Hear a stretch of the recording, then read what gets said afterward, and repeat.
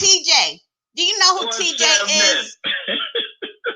TJ is the founder of Church Folk Revolution that used to be on Blog Talk Radio. Remember those great shows that used to come on Monday through Friday at noon?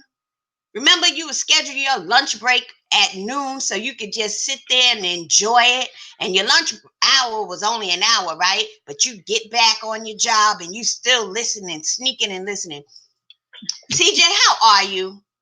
I'm good. I'm good. It's so good to hear from you again because you were instrumental in helping us build that audience and get the word out. And I always made it a point to let you know how much I appreciate you, even now, because you are a part of that legacy of what we started in. And I just appreciate you.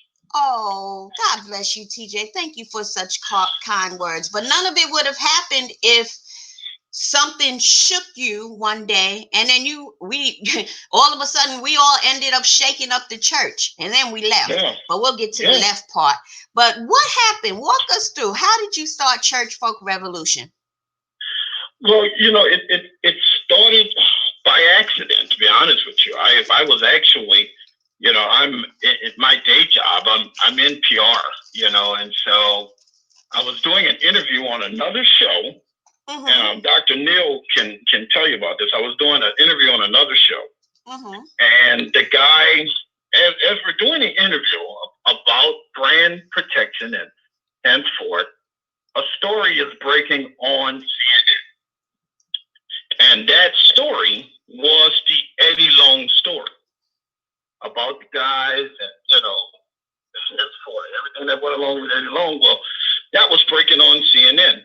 So the guy asked, he said, man, if let's say, for instance, you deal with, crisis and crisis management, and how would you manage this Eddie Long guy through this crisis he's dealing with? And I said, I wouldn't. He said, you wouldn't? I said, no, I wouldn't even take him on as a client. And he Wow. says, why? And then I started to go on as to why I wouldn't, and that he really, this should happen, and this is a good thing that this is coming out. And I say, really, we need a revolution of church people to stand up against this stuff. And that's actually how it started, because when I said that, when I got off the show, right, the producer called me and he said, hey, this revolution thing you were talking about, how serious were you about that? I said, I was just making a comment, just joking, so to speak. He said, well, I have 70 people holding who want to join it. Wow. So that's how it started. And one of those people was Dr. Neil, who used to always call in and henceforth. And,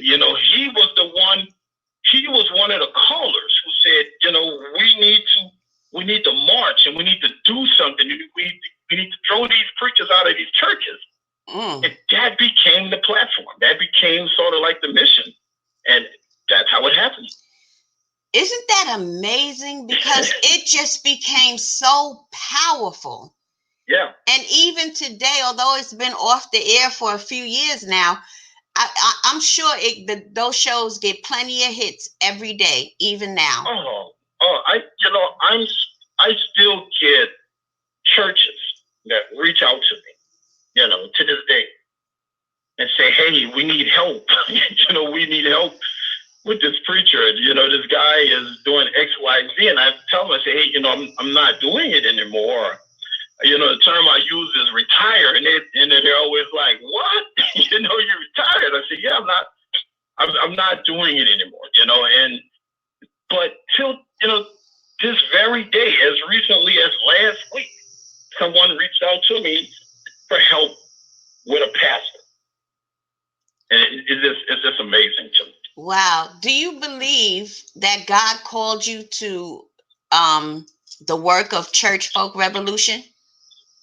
That's a great question, because for the majority of if I go back to the 90s and come forward, I always thought that I was called to preach. Like most people, I had that little, God called me to preach, Yeah. And it was through my experience with Church Folk Revolution that I realized God never called me to preach.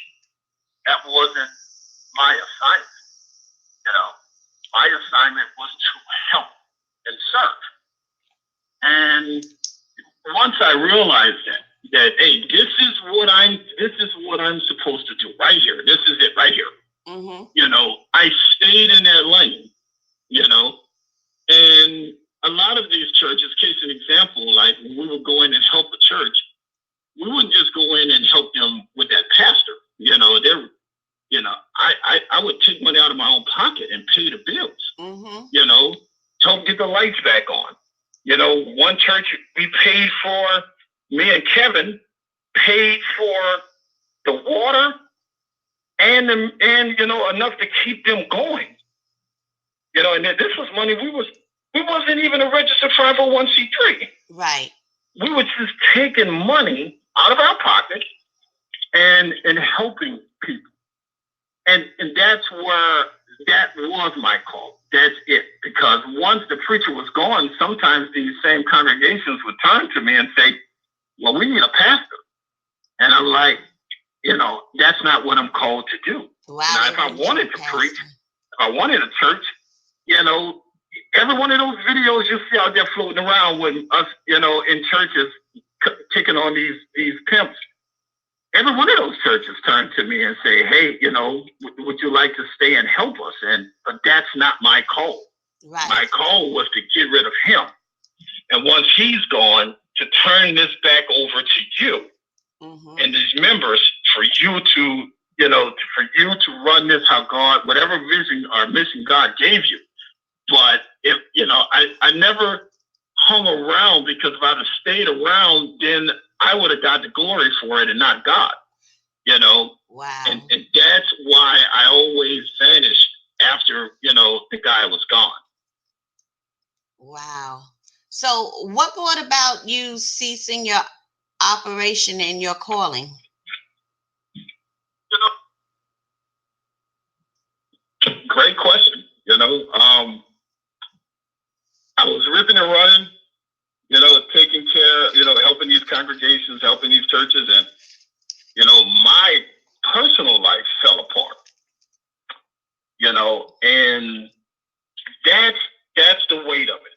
You know, that's sort of like the production cost of it. Whereas, yeah, you're out here doing these things, but the strain of it, you know, constantly going, doing radio shows all throughout the week, still running business, you know, running two businesses and Church Folk Revolution. And, you know, it was just a strain, you know, and it reached one point when I came back from Houston, you know, dealing with, I believe it was Williams Temples, you know, the wife and kids, so to speak, were gone. Wow. You know, and so it was, you know, that was that moment, you know, where, because just like she said, she never signed up to be Coretta Scott King, you know, in terms of a movement, you know, and involved in a movement. And whenever you're involved in a movement and you're in it and you're on the front lines of it, it's going to cost you somewhere. You know, time with family, time with work, you know, business time. You know, I was blessed to have Brother Lee help me, you know, through a lot of it. Because if I didn't have Lee, I wouldn't have been able to do half of the things that you guys saw me doing. Wow. You know, because it was Lee behind the scenes running the auction business with the cars and the, you know, all the different, you know, just the things we did to keep food on the table. You know, Lee was instrumental in that. But the long story short, when I realized that, okay, you know, I need to step away from these things, you know, and that's what I did. I just said, okay, you know, I'm not in a position now, because my home is gone. You know, like my home is out of control here. It's, you know, collapsing. Right. That I need to focus on some more internal things and what led to that. And that's what happened. Wow. What other impacts do you see that Church Folk Revolution had on mega churches and all the teachings we saw pop up on YouTube videos? other than you, we just talked about you helping to turn churches over back to the people from abusive pastors. But what other impact do you see that CFR has had on people? I see it all the time. I see it in the questioning of the doctrine. When we first started, when you go back to when we first started this, I used to have people call or send me emails, and you talking about the man of God, and you just gonna go to hell, and how dare you talk about the man of God? And I've noticed that it's going from that to, hey, you guys really need to keep doing this because this is needed, or we're dealing with an abusive pastor, and we came across some things that you wrote on protecting your church from a pastor. Mm-hmm. That's the impact. All of the radio shows are still out there. Mm-hmm. Those things were never taken down. Tim Preacher archives is still online. So that's the impact of it.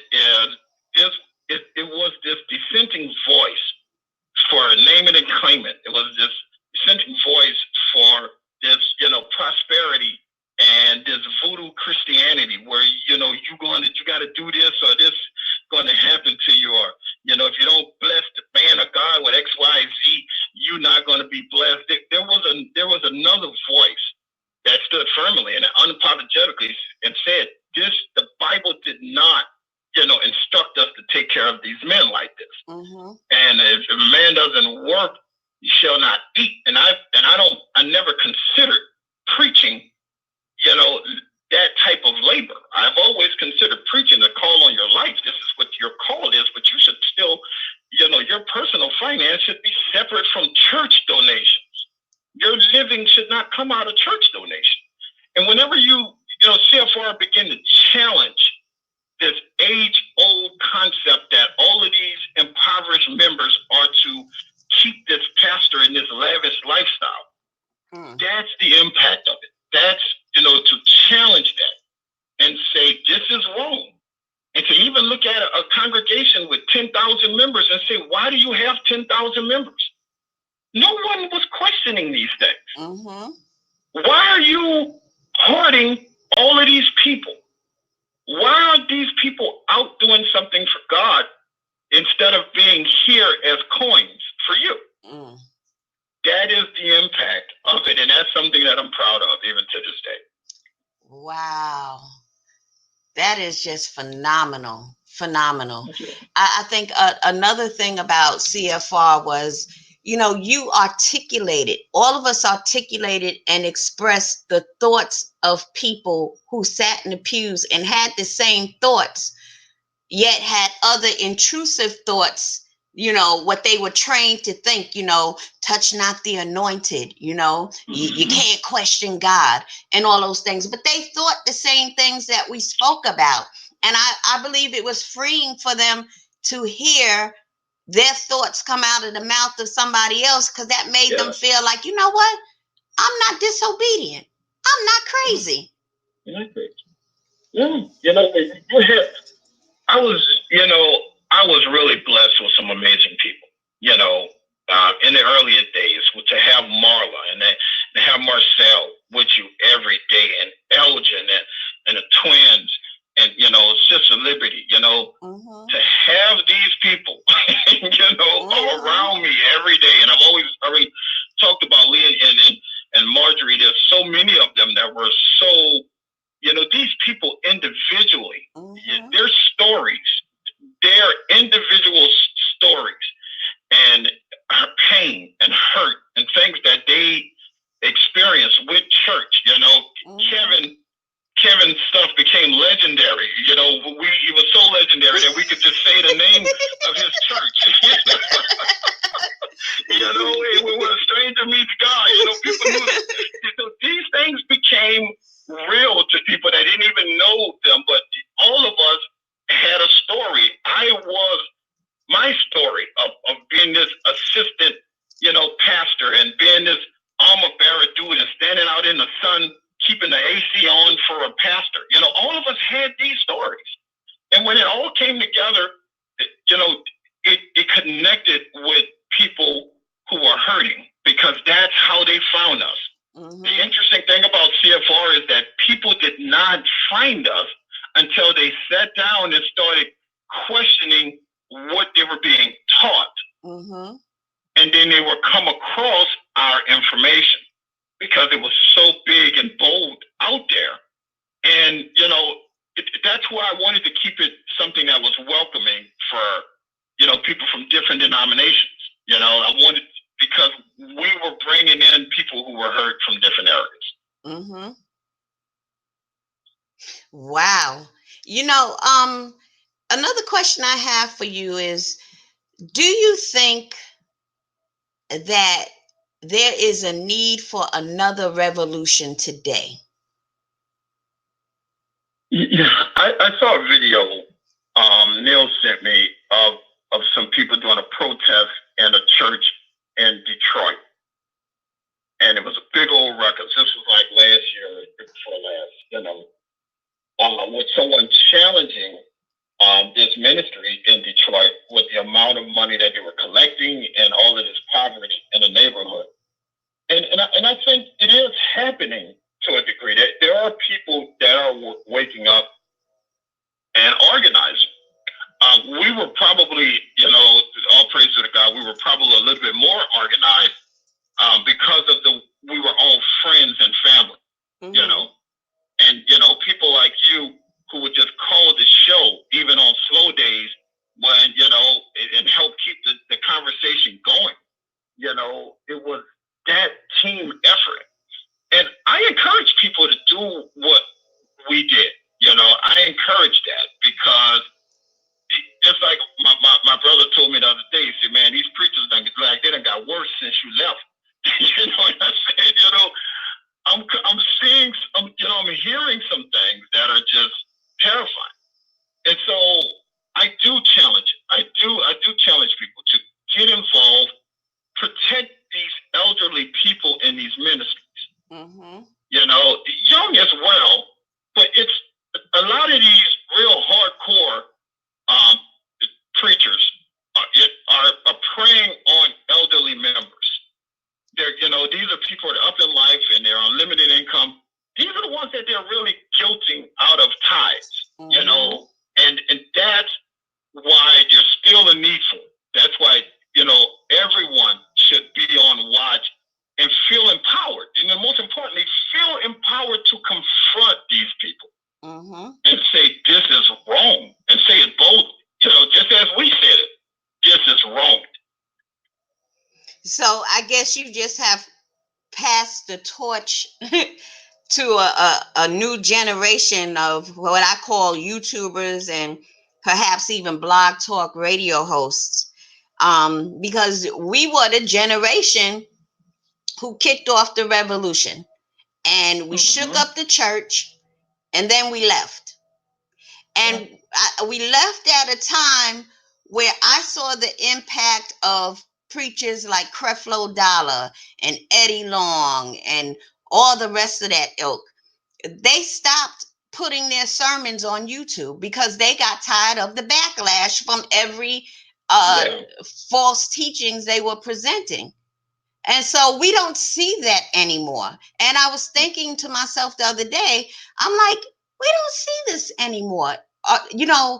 Are they still abusing members? Well, of course they are, but we don't see what they're doing.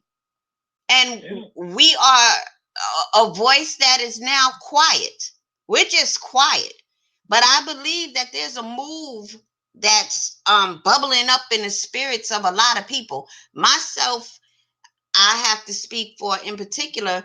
For the past month, I've been feeling a stirring in my spirit that it's time to change the concept of my channel, my direction, and get back to who Madam Whip-Ass once was. Yeah. I'm so proud of you, to see you come forward like that, because you were always a caller, but to see you, to really go forward like this is something that,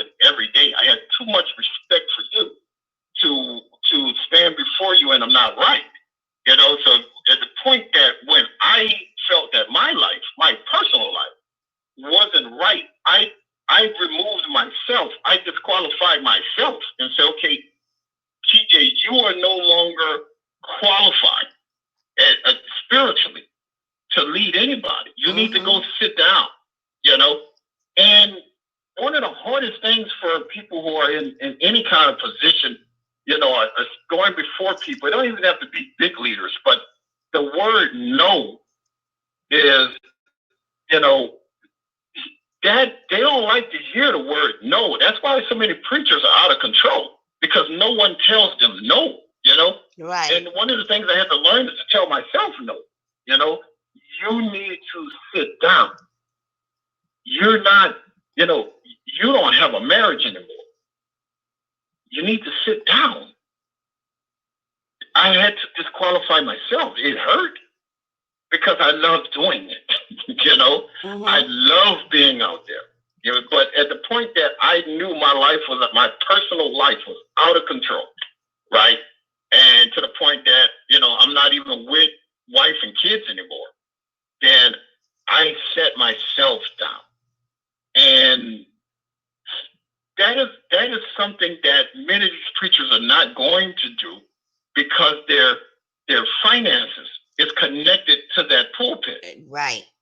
But when you take money out of church, you're going to really see who loves God. Yep. Not many. Point. Not many. Yep. So you've been sitting down for some time now. Has the Lord been whispering in your soul to stand up again? True story. A pastor who mentored me, right? His name Pastor Tucker from Violet, Louisiana. Right? Matter of fact, when I came out of the Nation of Islam, right, this was the pastor that took me from a doctrine standpoint. They introduced me to the doctrine of Christianity, right? And I'm thinking that I'm going to sit up under him and eventually when he died, then I'll take over his church, and he only had a handful of members, probably about 8. And the reason why is because, way back then he turns to me and he says, okay, it's time for you to go, And I said, what are you talking about? He said, I don't have it, I've taught you everything that I can teach you. It's time for you to get out of here. And he didn't just tell it to me, he told it to several of us, that it's time for us to go. And it was the only preacher I ever met that once he reached a certain point with you, he graduated you out of his church. And he said, go where? He said, there's a whole world out there. Yeah. Go do the work. Go feed somebody. So when you hear me say go feed people, go pay a tithe into somebody's life, that's where it came from. Right? Well, he died recently. Oh, I'm so sorry. He passed, right? And I received a call from someone from the ministry, but they came across an article I had written about a pastor named Charles Brown. And he said, TJ, I said, what's that? Because I'm thinking she's just calling me just out of regular conversation. She said, Charles Brown trying to take over our church. What? I said, take over what church? Now, this is a cat that we had to perform an exorcism in Houston to get him out of Williams Temple. Right? Destroyed the ministry. When he arrived at Williams Temple, the church had $500,000. Of work, money that they were doing different things with, and school drives and, paying bills for the elderly and all of that. By the time that he left there, the water was cut off. Wow. That's how much he had ran that ministry in the ground. That was one of the ones that we had to help, get the utilities going again. Right? Well, that guy is from New Orleans, was in Houston because of Katrina. But now he's out of a church since what we did at Williams Temple. And when he found out that my old, the gentleman who mentored me, when he found out that he died, he tried to go take that church under the Church of God in Christ. Wow. And they hadn't even had the funeral yet. When he comes in there talking about this church is under the the covering of the Church of God in Christ, and this is how we're going to do it. And, and they were like, the Church of God in Christ ain't never paid a bill in this building. Mm-hmm. But it's still a part of our fellowship, and blah, blah, blah, blah, blah. And, and I'm going to be your pastor until we appoint one. What? And at the next meeting, he saw me sitting on the first pew. Uh-oh. Uh-oh. So to answer your question, that was a situation and it wasn't a fight or anything. He saw me sitting there, and I said, I was baptized here. Mm. And I asked him, I said, you remember me, right? He said, yeah, now this is going on in their voting meeting. Wow. So you remember me? He said, yeah, of course. He said, and I remember you. I said, you remember our last encounter? I said, Pastor Tucker baptized me. Wow. And he never came back. Wow. So, yeah. And so now they have someone, who's working, doing the work of God for free. Mm-hmm. He's serving for free. He doesn't even take a salary from the church. He's just preaching. And that's what I love is men who come in and women who want to do the work, and they don't see the church as an opportunity to get rich or a secondary source of income, because that's not the role of the church to do. It's to serve. And any money that comes in is to feed and help members. And that's a concept that we still need to get out there. But, not to talk a hole in your head, to answer your question, yes, that happened this year. All right. So what's your next step? Are you going to continue? By the way, TJ has a wonderful channel on YouTube, TJ LSU Dad. I've been helping these high school kids, these high school football players get scholarships. Uh-huh. And be honest with you, that's what I've been doing. When I stopped, when I set myself down, my other passion was football. And, surprisingly, I accumulated, this following on Twitter about football, and a lot of coaches started following. So a lot of high school kids from small towns, little areas who wasn't getting any attention, I started using that to help them get noticed. And it just blew up. When I just thank God, because it just blew up, because, to this day, I've been able to help 23 young men receive 4 scholarships athletically who didn't have anything. So that's also something I'm proud about. But that's what I've been doing online. And it's like you have the Midas touch. An idea comes in your mind, and you click go on your computer, and it just blows up into such a wonderful thing. That is a blessing and a gift. I think that is the gift. That is the gift from God. It's just to inspire people to help people. And that's, if God calls me home today or tomorrow, I'm proud of what we've done. And at CFR, we have something called the Nadia Braxton Fund, which we would take all of the income from pimppreacher.com. Right, pimppreacher.com used to get 150,000 visitors a day. Wow. Just sick traffic, unbelievable traffic. We were the ones who broke the story about Dr. Miles Monroe was killed in a plane crash. Wow. We broke that story on pimppreacher.com, and it's things like that, that we would take the money from that. And for the Nadia Braxton Fund, we were using that to help single mothers who were in serious distress situations. Women's shelters, sleeping in cars and stuff. So I think that's why it was, God really did what he did with it, because we were givers. All of us were givers. You remember, we used to have these drives and say, hey, we're trying to help this person. Yep. And everybody would come together and help. And that is something that I'm still excited about. Yeah, yeah. Well, out of all the shows that you've done on CFR, is there that one show that, you know, late in the midnight hour when you be tired in the bed for the most strenuous day, is there a show or a conversation that took place or a situation that just creeps up in your mind? What is that one show or conversation? How to become a megachurch preacher. You know, Really? I did a show. It was one of those things that I did, and interesting enough, I was by myself that day. You came on. You came on. And if you think back, that's when you said, I'm gonna start selling my bird feathers. I was listening to that show probably about 3 weeks ago. Like sharing it with a friend of mine who I had to formally introduce myself. But it's that one because that's one of them. That how to become a megachurch preacher and get rich.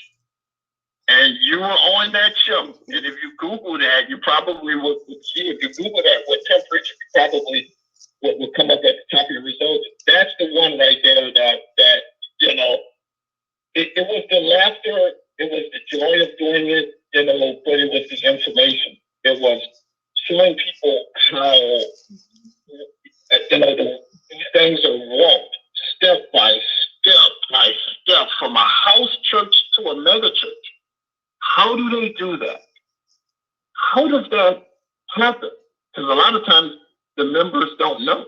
And I tell the people all the time, if God hadn't done what he did with me, I would have been a pimp preacher. Wow. Because I was on the pimp preacher highway, going fast, following the pimp preacher script, And so if he hadn't intervened, but this was the script that I was following. And I shared that script during that episode. There was one more that was about tithing. Mm-hmm. And we brought a rabbi on. And this rabbi came on and really shined a lot of light as to and asked some real questions about tithing, Mm-hmm. And it was probably one of the most informative things to me. One of my favorites is from information to hear from a Jewish person who exists in Old Testament theology, and tithing originates from this Old Testament theology. To hear them explain why they don't do it. Wow. That's one of my favorites. Wow. And I often think about that show because it was sort of like a communication problem. Well, not really communication problem, but like we were talking about Melchizedek, how we say, and he was like, who, what? And we was like, you remember that? Yeah. We was like, Melchizedek, such and such and such, Melchizedek.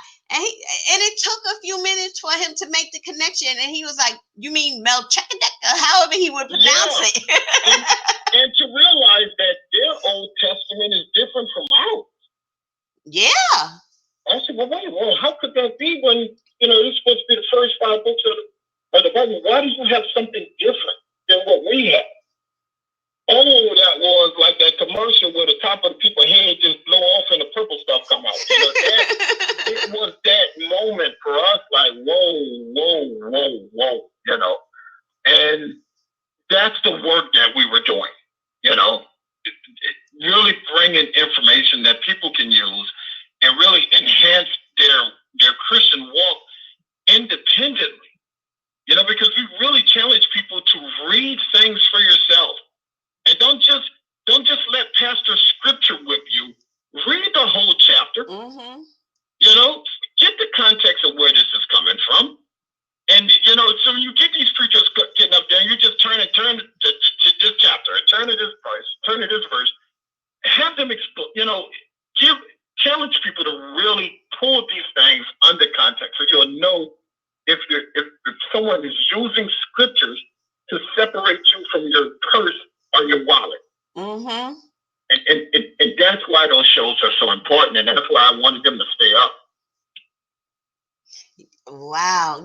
When you talked a little while ago about how shy I was, I'm going to share something with you that you and Sister Liberty don't know. It was one of the earliest shows. I don't know how long y'all have been on, but I called one day and it was 6 like a years. commercial break. Mm-hmm.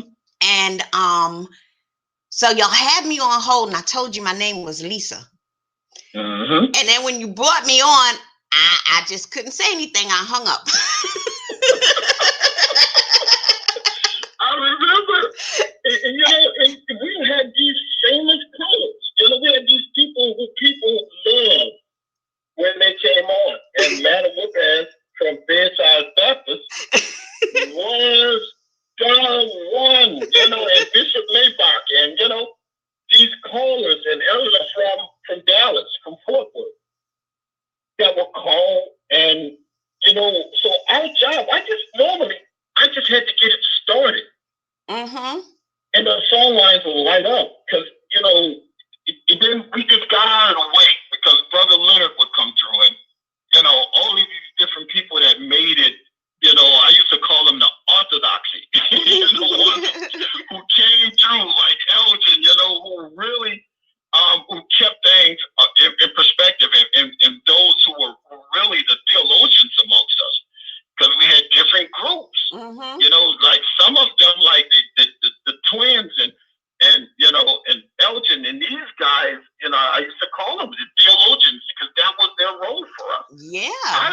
I was infantry, you know, which is completely, you know, and Liberty and you guys were medics, you know, and after we went out to do the fighting, you know, those people had to go somewhere and encounter the medics and the theologians to help fix this stuff that they had been exposed to and you know, and help and study with them. You know, that's the work that those guys were doing on Sundays. Yep. Studying with people. Yep. You know, so when I'm out there doing this fist fighting, windmilling in the name of God, you know, and I come in with the karate kick. you know, you guys are backing us up, you know, in a major way. And Trisha, you know, was handling just, you know, when we would go out to these churches, that was an operation too. You know, just logistically. Yeah. And you know, it's something else that happened after that I never really shared. This is the first time I really shared it outside of Kevin. Is a guy from A&E reached out to me, right? And he's like, "You remember when they had the Real Preachers of LA thing going?" Yeah. Well, they wanted me to do a show that came on sort of after that because they had stumbled across the video of that Charlotte incident. And they wanted to do a show like that, whereas here's this guy that's going around interacting with these preachers and, you know, and everything that was involved. And, you know, and I told them, you know, I thought about it. I said, nah, I can't do it, you know.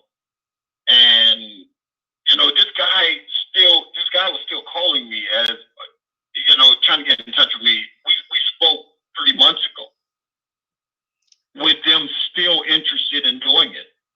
And I said, I can't, you know, because that's not something that we could just spontaneously generate. Exactly. You know, that, you know, you had to be in a certain place spiritually to even do that. And I said, I'm not there. You know, I'm just, you know, I'm trying to explain it. I'm not there. That's not something I could just manufacture, you know, on demand like that, because we only moved when we felt compelled to move.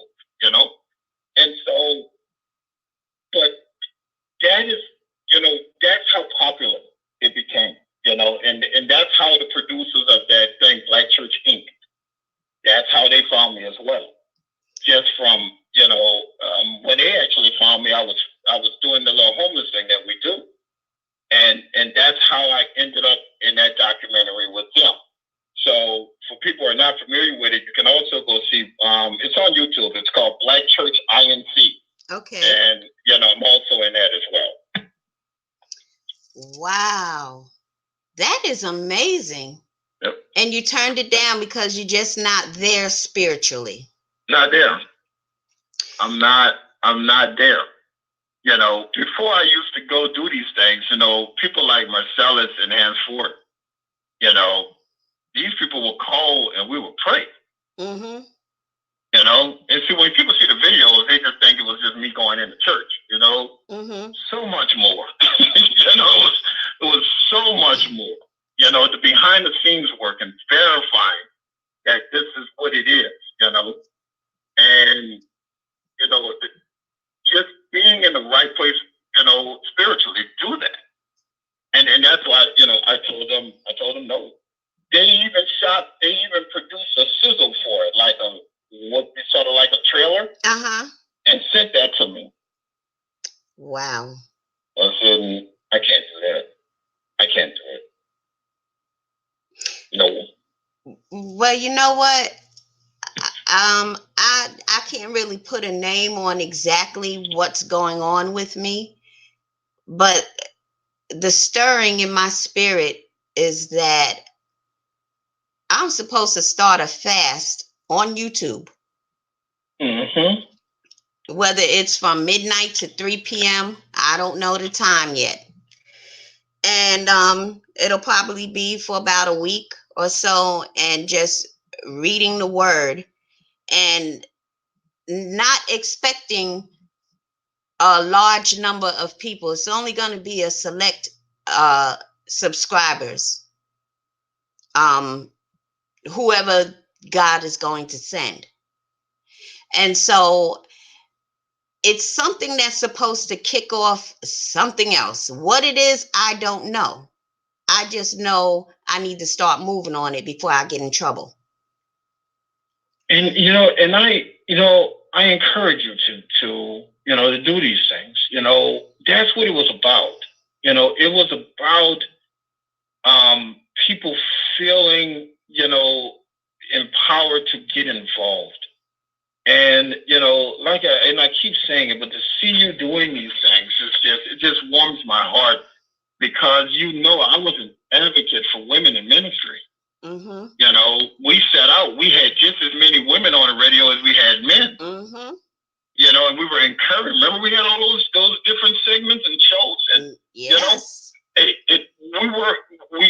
had a radio station where I valued the voice of everybody. I said, why would we silence half of the body of Christ?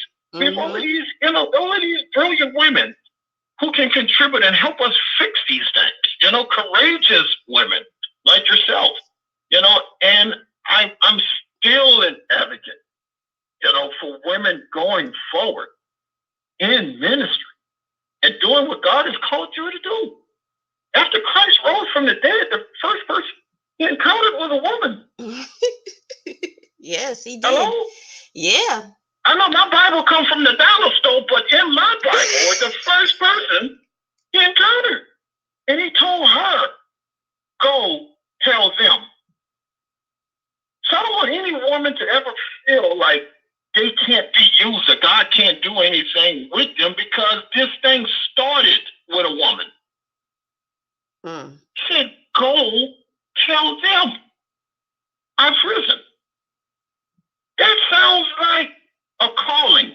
You follow what I'm saying? I'm not the smartest guy in the world, but if God tells you to go do something, that's a calling. You go do it. That called you to do it. Mm-hmm. So if God is compelling you to do this, do it. Because you don't know what this is going to become that you're doing right now. I didn't know what CFRO is going to become. We just did it. Mm-hmm. We were outraged, and outrage turned into a ministry. Mm-hmm.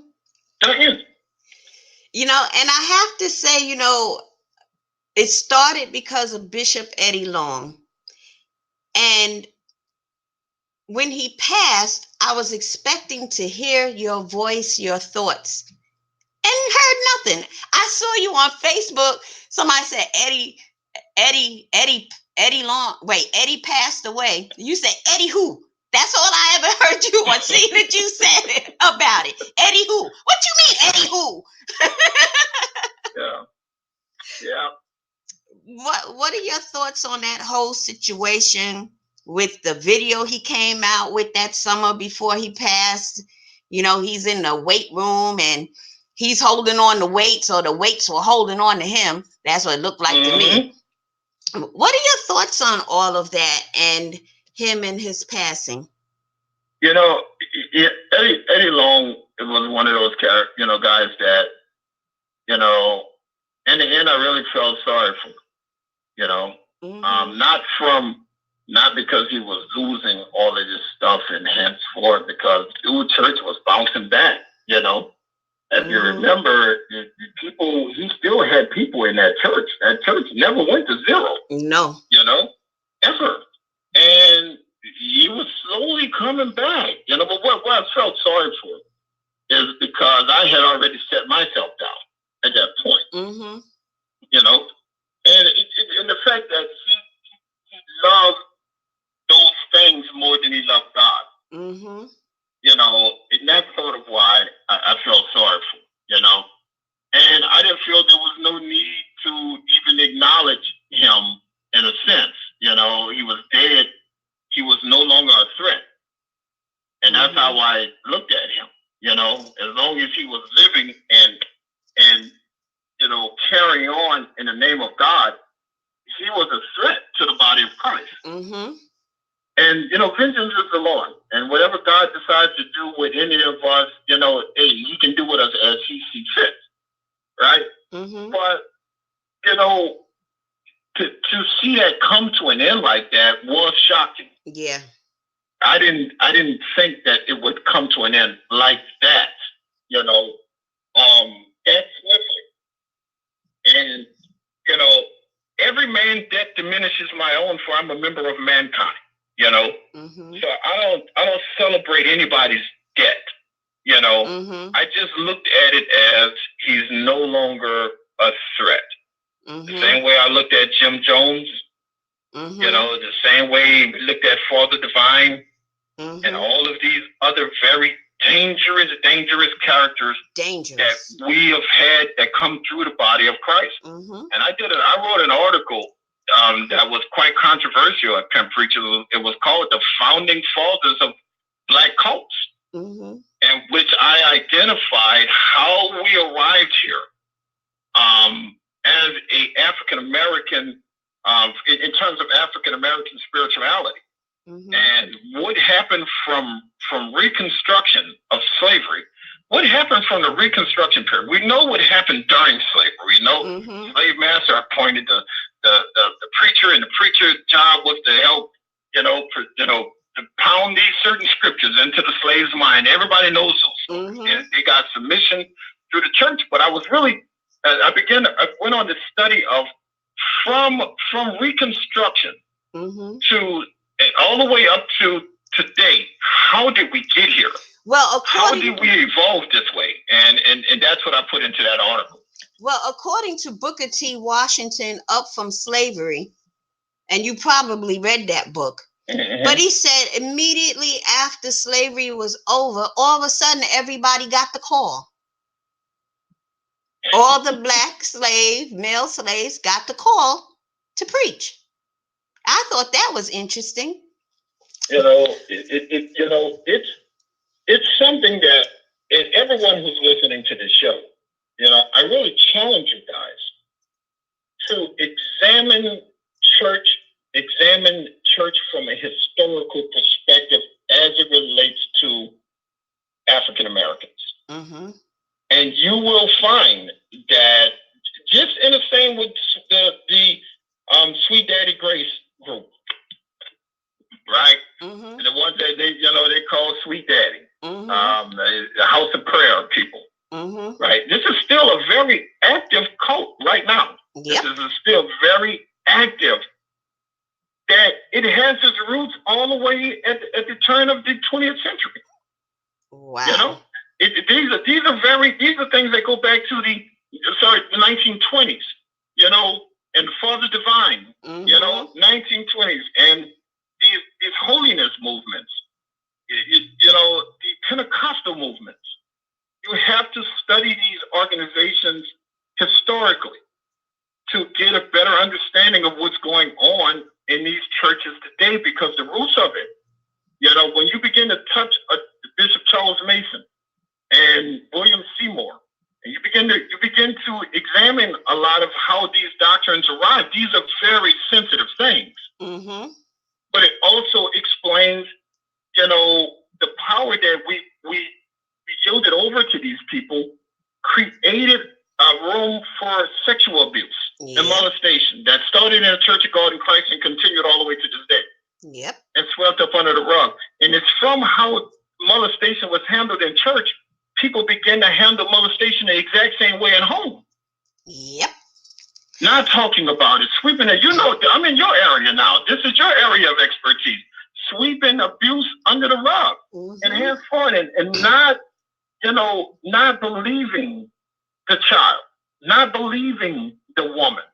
Because surely that man of stature and, of prominence and how, famous this guy is, surely this person would not do X, Y, and Z. And that's how you got a lot of these perverted preachers, under these coverings of these titles. Go back and examine church historically, and it'll better help you protect your family. TJ, I have an old minister church friend, and we were talking on the phone. I forgot what provoked the conversation, but it was about child molestation in the church. And he said something, and it got me so incensed, I hung up on him. Mm-hmm. And I thought about it, and I was like, call him back and record him. And that's what I did.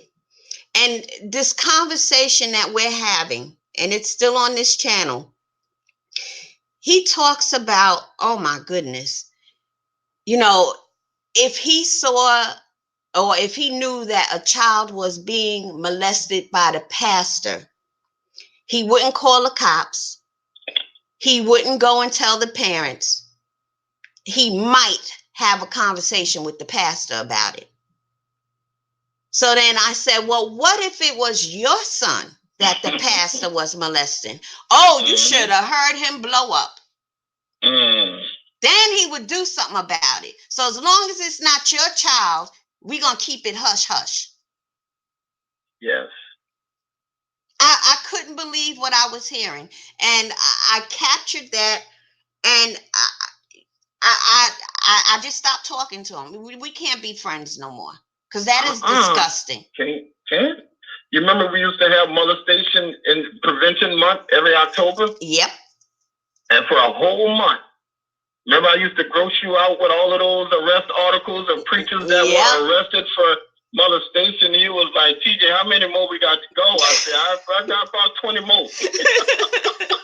And you was like, there's no way you got 20 preachers. I got 20 to post today. Wow. 20 to post today. You remember that? Yes. And you were like, I feel like I need to go take a bath after reading all of this. And just Google pastor arrested. Google it. Anybody who's listening to me, Google it. Youth pastor arrested.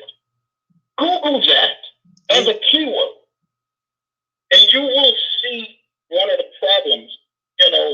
Molestation prevention in the church was the name of what we used to call every October. We dealt with molestation every day. Every day. But it was just October, we would bring on the victims. Yep. And we started bringing on these victims. You remember one time we called the police during the show. Yep. During the show. Just to show members that let the police handle this. Don't you decide, I'm not going to question the man of God. I'm not going to do this. If a child tells you they've been touched, raped, leave the child. Yeah. Let the police sort it out.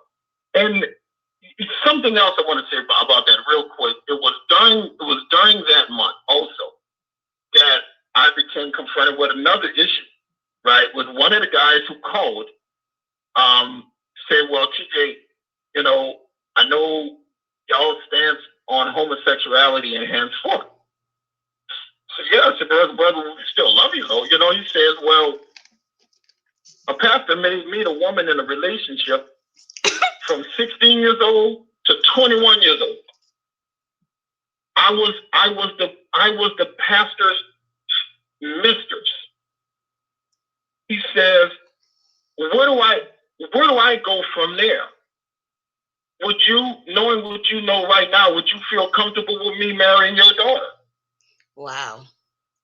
Knowing that I have been the woman for a man for that many years. You know, and as he told the story, you know, he just ripped through me, and I said, bro, I'm going to be honest with you, man. Maybe me and you can help each other. I said, because I don't necessarily know how to minister to people who have experienced being molested in church, you know, and maybe you can help me with that, because apparently what you're saying to me is that was the source of when you went down this gay lifestyle that he was describing. Now, I'm not saying that all people that are gay started out this way. I'm saying this particular gentleman brought something to my attention that he was molested by a pastor. Other members of his group, you know, were touched or inappropriate sexual contact with adults that happened because of church, you know? Mm-hmm. And so he was saying, you know, before y'all throw all of us away, you got to also understand that we too are victims of this thing that you're talking about. And that's when I began to deal with molested in a megachurch. Wow. Because I was a part of a cover-up too. That's when I realized it. Like, wow, when I was in the church world, I was a part of a cover-up. And not even realized it then. You know, I whisked this mother away. When this woman came in with her son and wanted to charge the choir director with raping her son, I was one of the guys who ushered her out of church. Oh, wow. You know, you follow what I'm saying? To have that caller remind me of that, you know, and that's when I realized that, hey, we got to tackle this. And so I just hope that since we stepped away, there are still people tackling that subject. Well, you know, interesting enough, a friend of mine, we used to listen to CFR together. You know, like if he would come over and it'd be at night or whatever, we would listen to the show. So many of them. He always thought that you sounded like Bill Cosby. And so, and he said, and he has a couple of children of his own. And just about a month ago, he was telling me he got in a big fight with the mother, because he called to talk to his kids, and his daughter was spending the night at the pastor's house. And he flipped his wig on that woman and told her to go and get my daughter now and bring her home with you. And he said that came from me listening to those CFR shows with you. Praise God. Yes. Praise God. And you know, I got to tell you, I actually went to Eddie Long's funeral. Really? Yes. My subscribers, they wanted me to go just to report. And so I did. And I remember I was sitting there and this white lady came and sat next to me. And she was like, how long you been a member of the church? And I said, oh, I'm not a member. She said, oh, I've been a member for 15 years. I come and I fly in every weekend. I said, you fly in? And I'm trying not to have a conversation with nobody. I'm just trying to take it all in. But when she said she flies in every week, I said, you fly in? She said, yeah, I'm from Minnesota. I said, Minnesota? Do you know Prince? I wanted to know about Prince. But anyway, I'm sitting there and I'm recording and I'm way up in the back because I don't want nobody sitting behind me to see that I'm recording all of this stuff, right? Oh. And so I could see way down the family is around Eddie and they're covering him up and everything and da-da-da. And when they started wheeling him out of the sanctuary, you know, people stood up and was praising God. I stood up and I was praising God. Thank you, Jesus. Hallelujah. He's out of here. Gone. Out of here. Thank you, Lord. Yes. And people thought that was the most meanest thing. And I'm like, no, you don't understand. I've been covering this man since 2010. And I'm not celebrating the death of a man. I'm celebrating the death of a wicked pastor. That's the difference.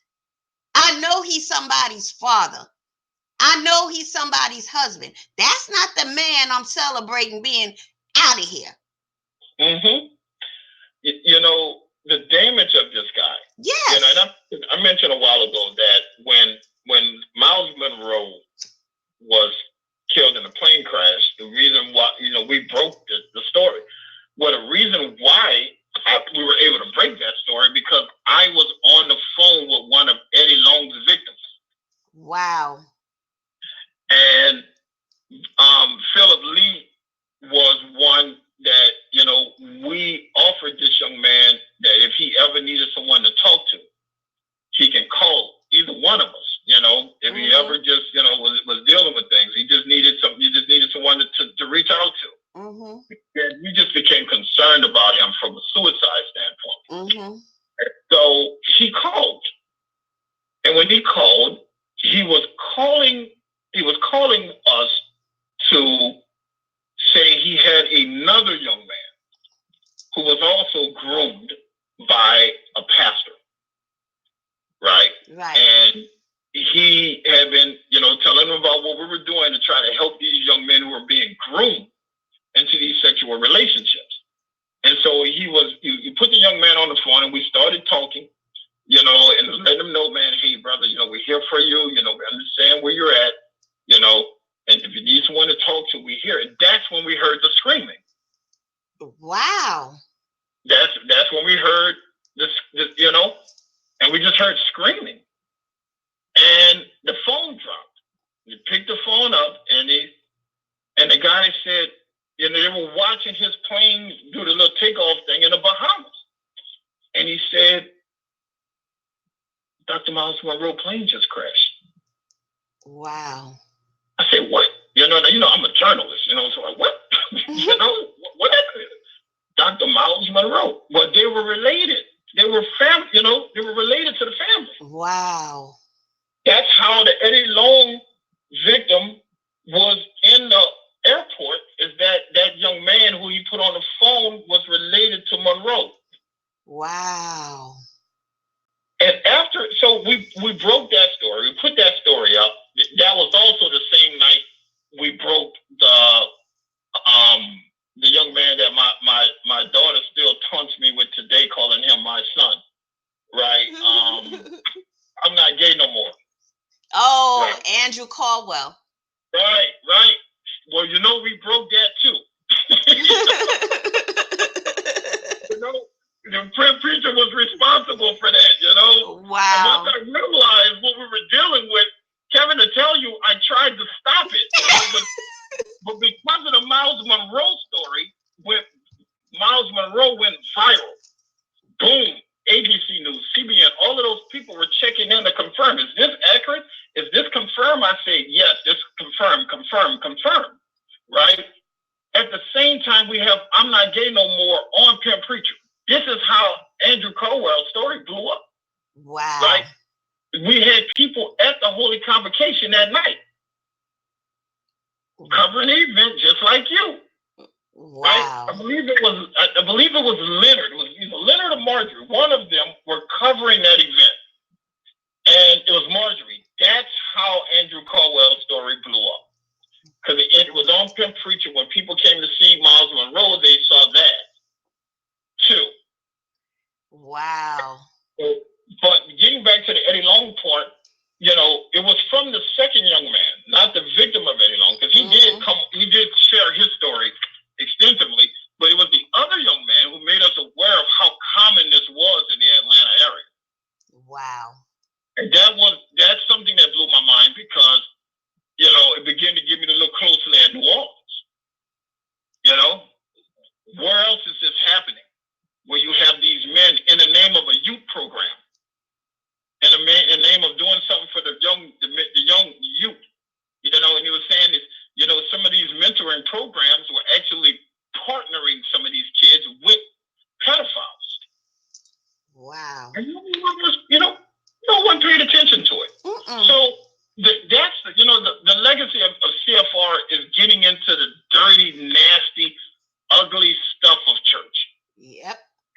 really getting into it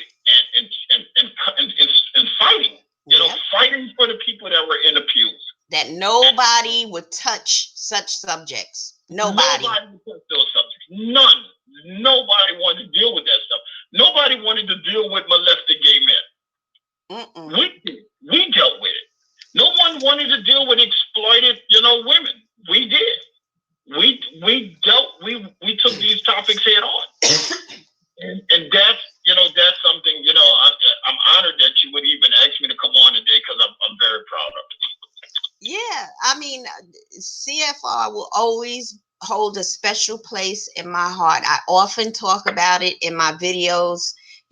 Something would provoke a memory or a conversation or a statement. I had Marcellus on this morning, and he reminded me of his favorite slogan, which was, "The Catholic Church had a baby." Good night. That's my brother. That's my brother forever. He still watches over me. Yeah. To this day. To this day. He watches over me in the football group. Yeah. To this day. Kevin and all of these brothers are still around me to this day. Even though I'm not talking about those things, we're family forever. Forever. So I'm just honored, that it meant as much to you that it did to all of us involved. And anytime you need me, just let me know. I'll be happy to come on with you.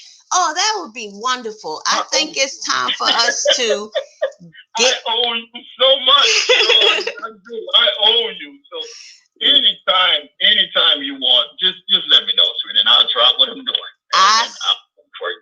I certainly will call on you because I think something else is about to kick off. I don't know what, and I don't know where it's going, but I'm just going to take the first step, and I know God will take two. You do that, and you have my support, and anything I can do to back you up, hey, you know what to do. All right. Amen. Thank you so much, TJ. I appreciate you. I love you. We all love you, and we are just going to continue to wish you the best, but you're going to be pulled back in. Praise God. I ain't going to say anything one way or the other. I'm just going to let you speak. Praise God. Praise God. I love you, and I'll talk to you soon. All right. Bye-bye.